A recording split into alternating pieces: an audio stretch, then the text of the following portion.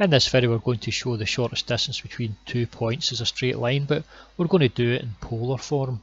So the polar equation of a straight line is given by this function here, c equals r cos theta minus alpha. And I've got it drawn out here. There's a line in blue. If we were to drop the perpendicular from this line to the origin, we'll call that length c. If we were to call the angle from r to this line c the angle alpha, and if we were to call the large angle from this r to this r, we'll call that theta. So the angle in between is going to be theta minus alpha. Now if we were to think about this line r as the end of it remaining fixed, and as the angle theta was to change, the end point would just run along this line. You could see it getting shorter and shorter and shorter, till eventually this line r would sit on top of the line c. So at that point there we would have our c upon r, we just have a value of 1, and you can see that's right because on the right hand side we're going to have cos of the angle. Now whenever this angle here is dropped onto that angle, we've got our angle theta would equal the angle alpha. So we'd have cos of theta minus the same angle theta, or alpha minus alpha, which is equal to 0. So cos of 0 would have a value of 1, and all of the rest of the points on the line are mapped out. The end of this line maps out a locus, which is this straight line here. Now if we were to look at this line r and we were to redraw out here, then we could see that as the length of the line, as the angle theta changes, the length of that line r is going to change. So the length of the line r is a function of that angle theta. So we could take a small section of this line here, okay, which is affected this line r, and we could take that little section of the line and we could add on a small infinitesimal angle, say d theta, which would give us a small distance which would be added on, would be a dr. So we would have this little Pythagoras triangle, which would have our dr here, and we would have our ds, and up here, assuming theta is in radians, the length here would be rd theta. So that would in effect it would be like an infinitesimally small arc, which tends obviously towards a straight line. So we're going to use this little Pythagoras triangle, and we'll see how we can use it in the next slide. So from our Pythagoras triangle we have our ds squared equals dr squared plus r squared d theta squared, and you can see that up here. So we have our little triangle here, our dr and our rd theta and our ds. So we square that, I'll give you that squared, and you can see why it is we've done that, because what we want to be able to do is we know that as the angle theta changes, the length of r changes, so we need some way of relating this length here, the dr, with the r d theta. So we have this thing here. Now we have an option. We can divide through by either dr squared, or we could divide through it by d theta squared. So one of these is going to end up a little bit easier than the other. So we'll go through both of them and we'll see why we choose one as opposed to the other.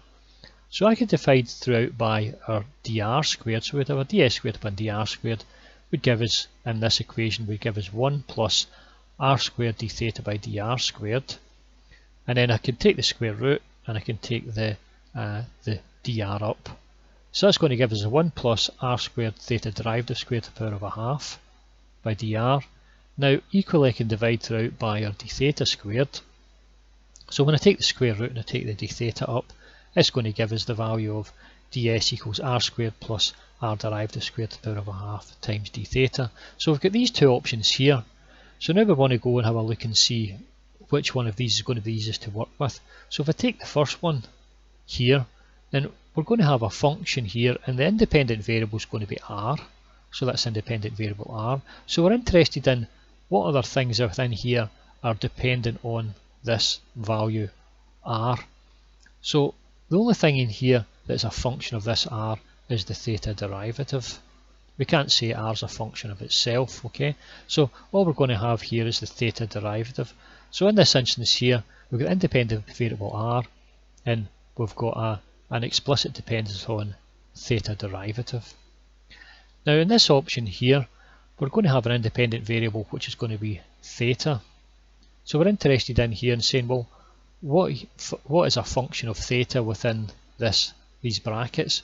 Well, the thing is going to be a function of theta. Well, both r is a function of theta and r derivative are a function of theta. So we're going to have the independent variable theta, and we're going to have the explicit dependence on r and r derivative. So that means that in this instance here we can use the simplified Euler-Lagrange, which is simply going to be partial f by our partial theta derivative equals a constant, as opposed to this one here, which would be f minus partial f by partial r derivative would equal a constant. So this one here is going to be simpler. There's just less algebra and less calculus involved in it.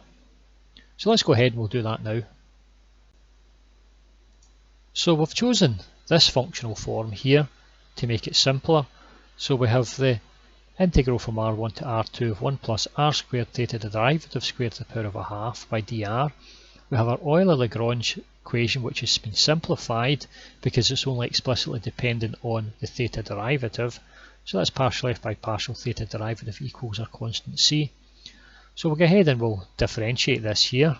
So when we differentiate this here, we get a half of what's inside the brackets, 1 plus r squared theta derivative squared to the power of minus a half. Then we differentiate this here by the chain rule. So it's going to be 2 times r squared theta derivative. So we can cancel out the 2's here, and in the top line we're going to be left with r squared theta derivative, and in the bottom line we'll have our 1 plus r squared theta derivative squared to the power of a half equals a constant c. So what we want to do now is transpose this equation for theta derivative. So we want to get rid of the square root sign, so we're going to do that by squaring everything. So we'll square everything out and it gets rid of this power of a half. And then we can take this line here up and multiply it by our c squared, which gives us this line here. We can then take the r to the 4 theta derivative squared over to the other side, and then take out a common factor of theta derivative squared, and it will give us theta derivative squared c squared r squared minus r to the 4 equals minus c squared. So let's continue this on the next page. So this is our final page of mathematics. There's a little bit of maths here, so take your time and read through it. So we're going to have the theta derivative squared equals minus c squared upon c squared r squared minus r to the 4 from the previous page. So from that we can get rid of the minus sign by multiplying top and bottom by minus, which gives us a c squared, and these two terms get flipped, so that becomes r squared, r to the 4 minus c to the 4 r squared. We can then take the square root of both sides, so we'll get this thing here, but it'll be rooted. We can then take the square root into both the top and the bottom, so when we take the square root into the numerator, that just becomes c, and we take the square root into the denominator, that becomes r squared times into r squared minus c squared. Okay, so we've just taken out the common factor there, and that's a root sign. So we can say our d theta by dr, well, we can take this one single term of r squared outside for the square root, so we get our c upon r root r squared minus c squared. So we can take our value of our dr up, and then we can integrate both sides. So we'll get our integral from theta 1 to theta 2 of our d theta equals integral from r1 to r2. Now what I'm going to do here is I'll multiply top and bottom by r in order to get them into the right form. So that becomes our r upon r squared. Now we're going to use a substitution, and we're going to use a standard form. So we want to get into this standard form here, which is the integral of minus 1 upon root of a squared minus x squared by dx. That's equal to the inverse cos x upon a. Now, as I said before, we use a few of these throughout the course, and the same ones tend to crop up in each of the examples. So we're going to use the substitution C upon R. So we can say that d by dr of C upon R is going to equal minus C upon R squared. So if we take the dr up, we can say that is equivalent to our minus C upon R squared dr. So we can replace our values here on our equation above through our dr here. So our dr here can get replaced by dc upon r, and we're going to end up with an r squared in the top line, which will cancel this, and we'll end up with a c in the bottom line, which will cancel with the c here. But we're still going to be left with this r here on this top line here. And we'll have the negative sign from this as well. So we'll have it in this form here. But then we can divide throughout by the r. So that's going to give us our minus 1 upon the root of 1 minus c upon r all squared by dc upon r.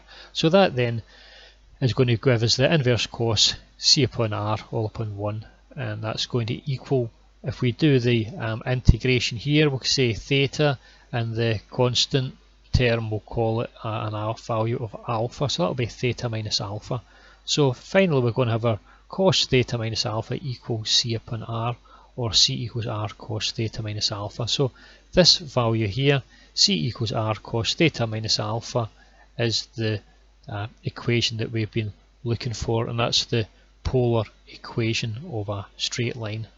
So a little bit of mathematics involved in that, but as I said, a lot of it is very, very similar in each of the examples that we're going to do.